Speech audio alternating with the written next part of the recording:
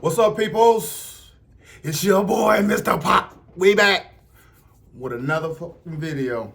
Alright, we about to check out a couple of videos a day, so I'm gonna probably have the same fit on. So, you know what I'm saying? Just deal with it, man. I'm giving you content, man. Oh, I'm stealing content, man. Alright, we finna check out Flea World. Cameron and Glen, Big Baby David sit down a week before he turned himself in. So yeah, man, let's see what this is about, man. I don't know. I know it was something about some green. He was selling some green or about to buy some green. But yeah, I really don't know the whole scoop of what's going on this, so we're gonna get started here in a few. Make sure you like and subscribe. I'm trying to get to 6,000 subscribers, y'all. I'm trying to get to 6,000 subscribers. Can y'all please help me out? Right now, I'm heavily going on YouTube right now. I have abandoned, well, not abandoned it. I'm still putting stuff out over there. But Mr. PopShit on my Facebook and my Instagram. So I'm gonna start plugging those in a little bit later on. But for right now, you know, we trying to figure out this YouTube. I need this YouTube to be rolling. And I'm almost there, y'all. I'm almost there. So help me out. So yeah, make sure you like and subscribe. And we gonna get ready with the video. And we're gonna get our little countdown. Oh, 1, 2, 3. Let's go. $1 million in my account was crazy to me. Right. So my first time, I went pulled out all my money and just took $1 million and just played in it. Didn't tell nobody, just took it out and just had it around. What you mean? Hold the fuck on. You mean you just went to the bank, got $1 million in cash and just basically threw that shit in the bag and made love to it, basically? I threw it in the bag and I got to my room and you know, I had fun with 2 shorties. Like, you know, I was just throwing it in the air. $1 million cash. $1 million cash. Today on our show, we have former NBA champion, SEC Player of the Year, McDonald's Parade All-American. The basketball accolades go on and on and on. But it seems like he's falling on hard times. Welcome a personal friend of mine, Glen, Big Baby Davis. Okay, Flea. Okay, Flea. What up, boy? What's good? You all right? Good to see you. His form on the pull up like Joe Budden had to pull up. This his form of that. Just Joe been slipping on his shit. I don't know why. Joe doing that fucking, what is that? Never mind. It's the word, it's been a minute. I know, man. Just, you know, been grinding, baby. I've been watching you, though, man. Yeah, man, I appreciate it. I appreciate it. Been a long time, man. You know, you're like my little big brother, man. Word, man. So listen, I was doing some background check, even though I know we know each other well. But I was like, let me see. I never like Googled this nigga, because you've been my nigga. So I read some shit. When you was 15, you went to LSU camp and you body slammed Shaq or some shit. Is this true? Well, yeah, bro. It is true. Because when I was growing up, right, I'm from Baton Rouge, Louisiana, and when I was growing up, I was a Shaq fan. Right. Right? I used to think that, you know, my shoes was big, I wore 34, you know what I mean? I always was a big kid, so I got a chance to meet him because I kind of grew popular in the sports world in Baton Rouge, where I was from, and went up there and seen him at LSU, and kind of crazy, like called him, followed him. Or some stalker shit? Kind of a little bit. A little bit, all right. But Mr. Mallet, one of his advisors also that he used to work with closely back then, invited me over for spaghetti. Okay. So I kind of like, hey man, what you doing by your house? Like, come to me, spaghetti. Right. And he's in there. And so, man, out of nowhere, this man, you know, playful guy, he like, yo, let's go outside and wrestle. I'm like, what? Let's go wrestle. Pause, how big are you, pause, at this point? I'm like, I'm about 6'5". Okay. 320. All right. Oh, you was a big 15. That's when I was a big 15. Okay, yeah, gotcha. Eating all the snacks and stuff. So went to go play with him, man, and chill. He just wanted to go wrestle. Ended up going out there, grabbed him, threw him on the ground. Mallet was like, hey, don't hurt him. Like, you know what I mean? It's like, Shaq, nigga, don't fuck the money. Yeah. Right. So yeah, I got a chance to slam him on the ground. Like, so. At 15 years old, he ain't feel away? I think he kind of let me a little bit. You Yeah. can tell, you know what I'm saying? All But he right. wanted to see my strength. You Gotcha. know, probably. So. I'm about to say, because I might have felt the way if you really slammed me, and I'm saying a 15-year-old nigga slamming Shaq. Let me ask you, what do you miss most about playing in the NBA?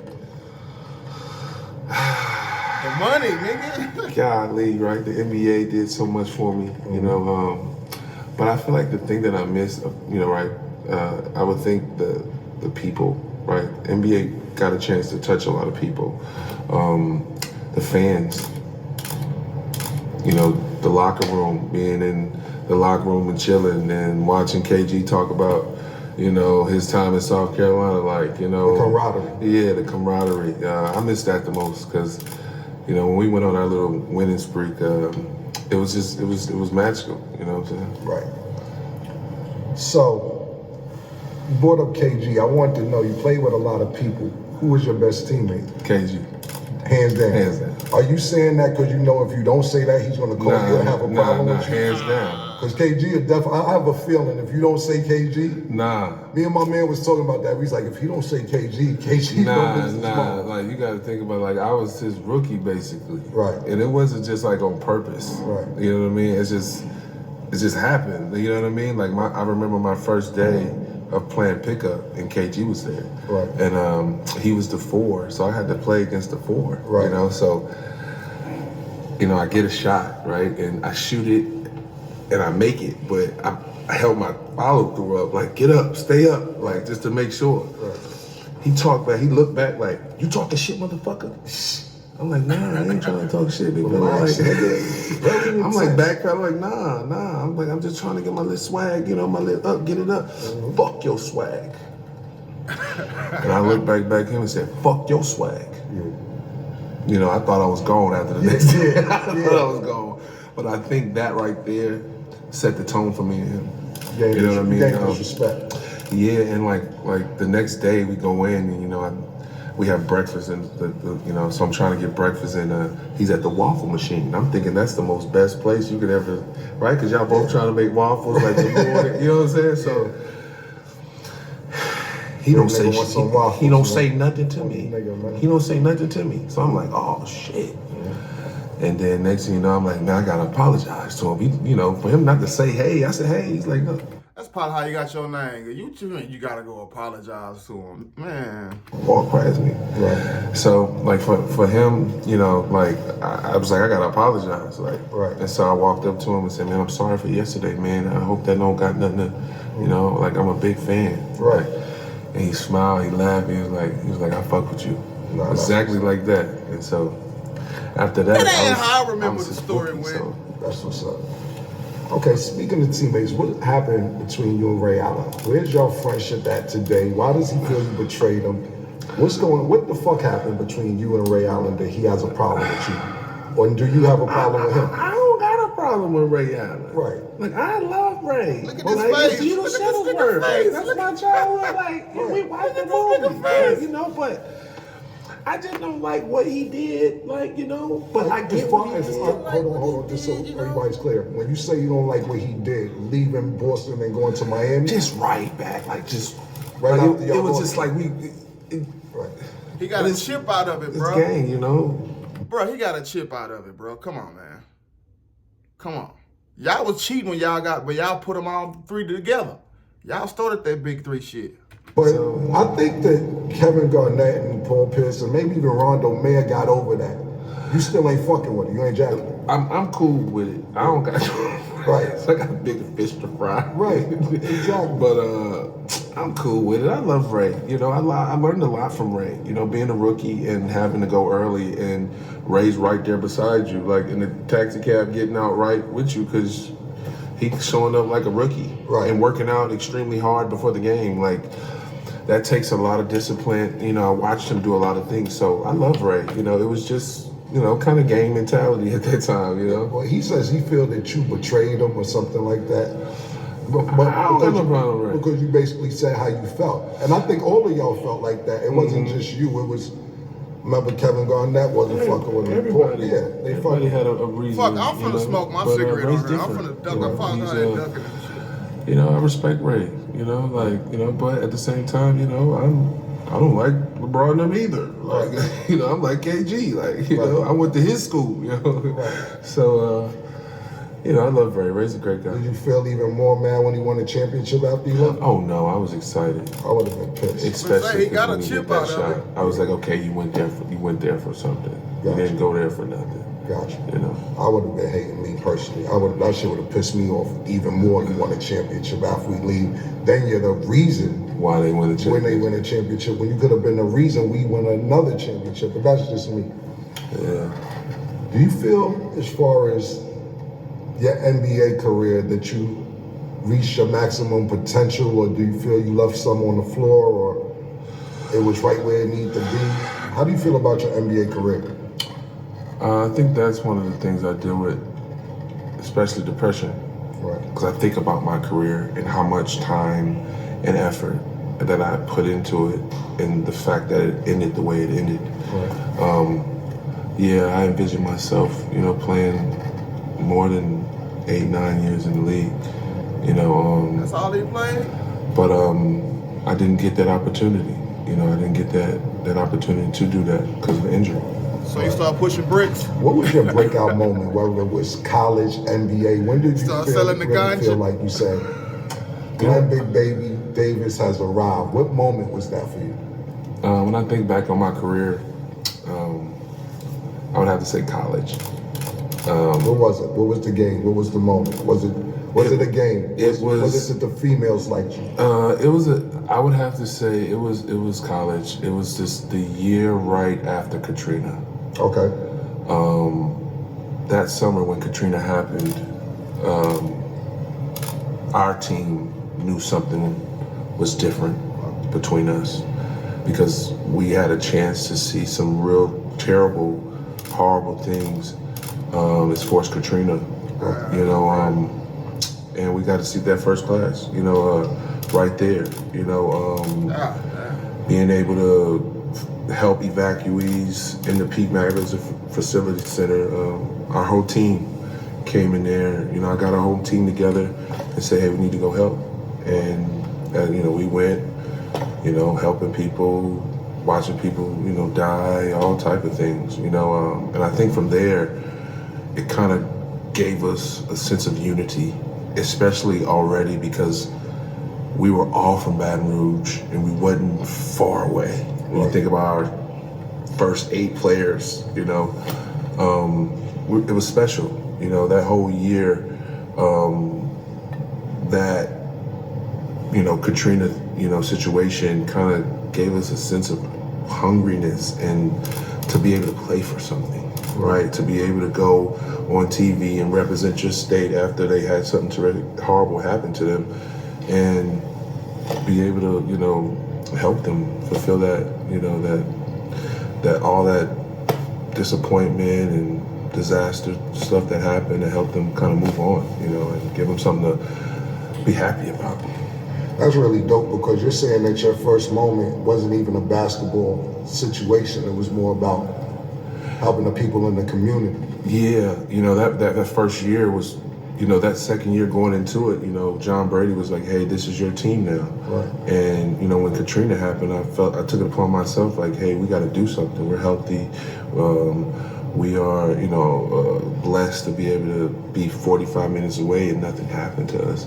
So I felt like we got to go do something. And since, you know, from there, we just became real tight. Like the whole year, you know, we showed so much promise as far as, you know, going to Connecticut and playing, and, you know, and then at the same time, like after all that, going to the Final Four, you know, beating Duke, you know, especially after that happened, you know, that was just such a uplift for the state. I would have to say that was one of my most proudest moments. And hey, Big Baby has arrived. Right. You know? Now that's what's up.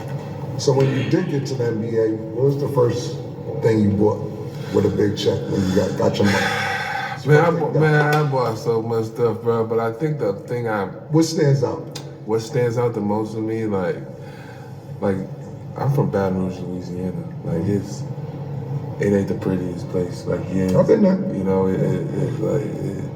it's tough.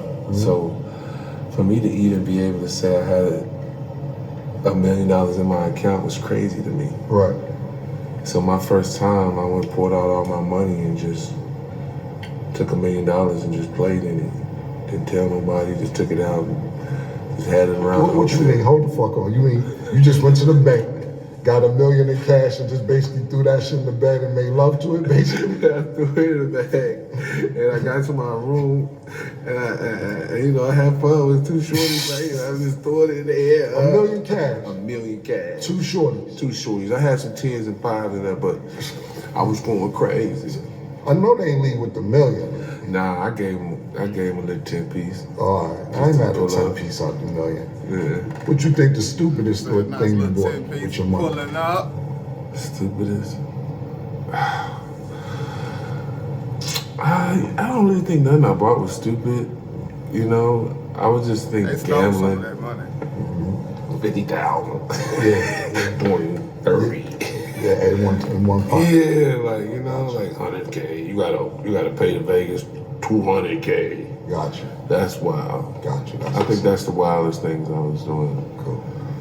We're sitting here with Glen Davis. We'll be right back. Welcome to Fleeland. Today's show is sponsored by Underdog Fantasy. The app's a cool way to make some cash while placing money on some of your favorite players. The app's available in over 30 states, Florida, California, Texas, New York, just to name a few. Make sure you download the app and they'll match your deposit up to $100. Also, today's show is sponsored by Pink Horsepower. If you feeling like a freak, want to get them sheets and some cheeks, make sure you go to pinkhorsepower.net. I'm not only the CEO, I'm a client. And we're back with Glen Big Baby Davis. Now, a lot of shit been going on in the news, the blog, so on and so forth. And I actually brought you here today because I want to hear your side of the story. I don't want to read what somebody said or hear somebody else talk about you because they got it from third party, from a fourth party, from a fifth party. And being that I have a relationship with you, I said, I think I need to let Glen tell his story because your story's not being told. Now we're finna the get to the stories shit. about you are being told. So I said, About to get to I don't want to some do shit. too much homework on this and read. I want you to tell me exactly what happened. So the first thing, before we get into anything else, you had a marijuana case in Baltimore for possession and distribution. What was that about? At the time, I was traveling and I would have a label, and I was over there recruiting an artist, white rapper from And Hartford. this is in Baltimore? Yeah, Hartford County. Gotcha. As I was going over there, you know, I had my regular possession of marijuana that I always carry around me. I always keep like 4 zips, Right. always. But I had some cash too. Right. Right, so I had like $96,000 that I always carry money around because I gamble a lot. Right. You know, so as I'm going to Maryland and we go in the hotel, like he comes knock on the door acting like we wanted towels. And I was like, I didn't want towels. And then When you say he, who? the manager at the hotel where I was at Okay. in Hartford County. As I go to the door, I'm like, we didn't ask for towels. He was, you know, so he leaves, then comes back and knocks. He's like, hey, knock. He's like, if you don't, you guys are selling drugs in here. And I'm like, what? I'm like, no, we're not. What? Like, I'm just rolling up some weed. We about to go out and smoke. Like, And where were you staying at? I was in Hartford County, so I was like, I mean, what kind of hotel was this? it was like a Holiday Inn, because out there, you know, it's not really nice hotels out there. Gotcha. Like, you know, so I was staying over there. So as he comes, right, I'm in there, and my sister's best friend was like, "No, we should leave. Like, we should get out of here because I feel like he's gonna call the police." Like, Right. you know. So, not thinking anything, we literally leave. But my sister, or my sister's daughter's boyfriend, like, had to go back to go get her phone. So we had to go back. Right. And as soon as we get back, police are at the door. And I'm like, oh no, what's going on? Like, so you know, I was like, you can't search my room. Like, they had already went in my room before I was even there. They went through. Right. Nobody was in there. But then they was like, oh, we want to search your room. And I was like, you got to go wake the judge up. And so they proceeded to do that, waiting, and they found my weed and my money. And, you know, I have a cannabis business too. So they found all my cannabis business, stuff like that. But they, you know, the four ounces is what, and the money is what I got arrested for. So that's where did they get distribution from? They just attached that to the charges? They just attached that to the charges because of, they said I was selling it, and I was like, no. No proof of sales, no little zip dime bags or jars or nothing. Just the 4 zips of the cash. Just a vacuum seal it. I just had to vacuum seal just to make sure, you know, every time I open and close it. But other than that, that's why they hit me with that. That's why. But they ended up throwing it away. So that's good. Even better. Yeah. So in November of last year, you was facing up to 20 years for allegedly defrauding the NBA healthcare program. Mm-hmm. This nigga ended up. That's what it was. That's what it was. Them PPO loans. That's what it was. On the NBA shit. That's what it was. It was him and somebody else that hit their ass up for a whole lot of money. Yeah.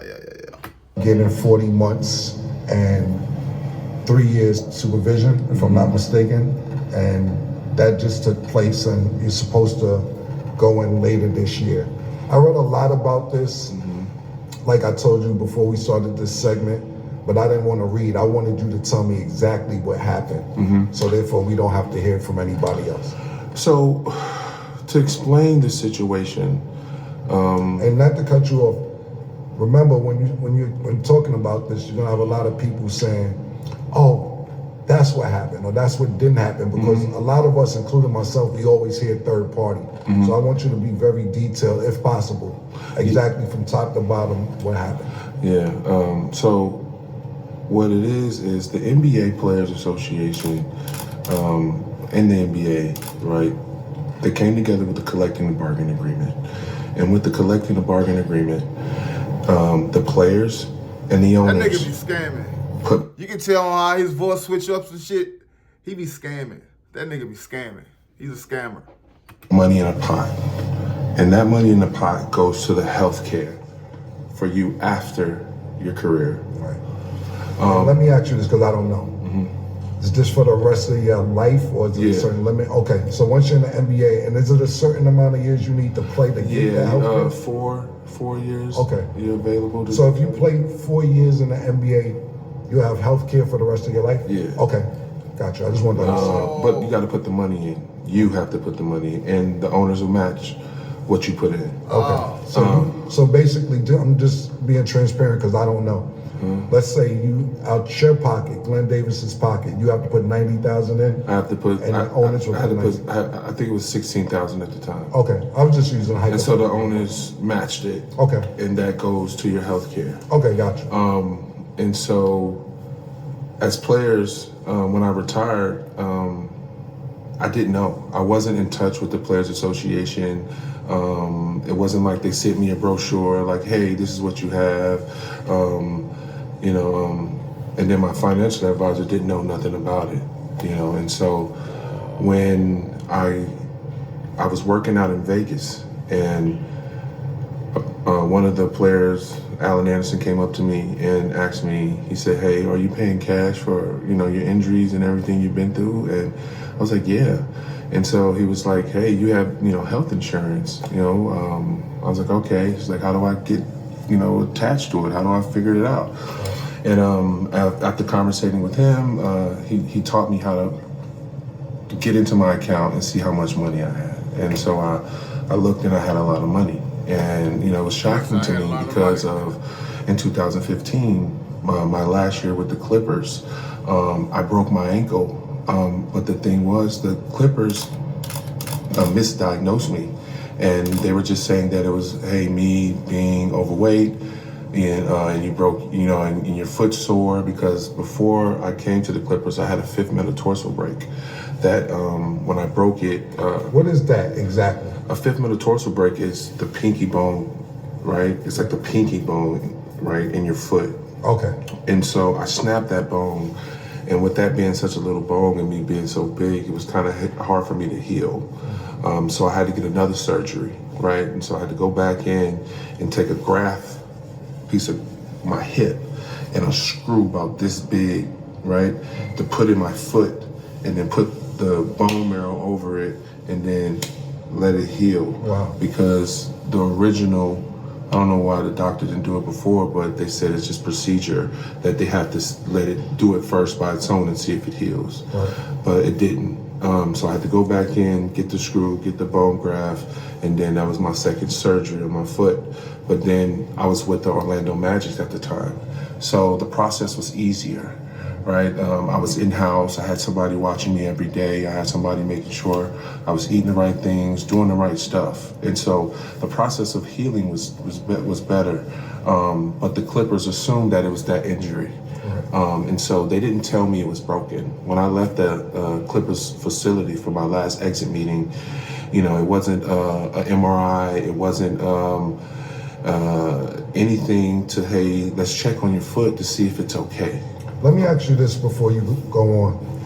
That's When crazy. you say the Clippers didn't tell you it was broken, were you telling them, hey, my foot is hurting, something's not right? Yeah. And you were going to get tests or something like that to where they should have told you your foot was broken? Yeah, so when I broke my foot, it was, I think, game 4, game 5 against the Spurs. And this is the Clippers versus This is the Clippers against the Spurs. Okay. And it was a difficult year because Doc was the president and he just paid Spencer Hawes $22 million and he wasn't fulfilling his duty during the year. Right. And so when the playoff came, he came to me, somebody that he knew, that he can trust, you know? And so I jumped all on that because I've never sought so much with him. Like, I didn't play a lot. Like, I played 10, 15 minutes here. Right. You know, Blake and DeAndre were the horses, and then he paid Spencer to kind of, you know, he paid Spencer a range shooting 4, but, you know, couldn't really defend. So, Right. you know, he would rather live with me than, you know, live with Spence. So I started to play in the playoffs. Okay. And game 5, I broke my ankle.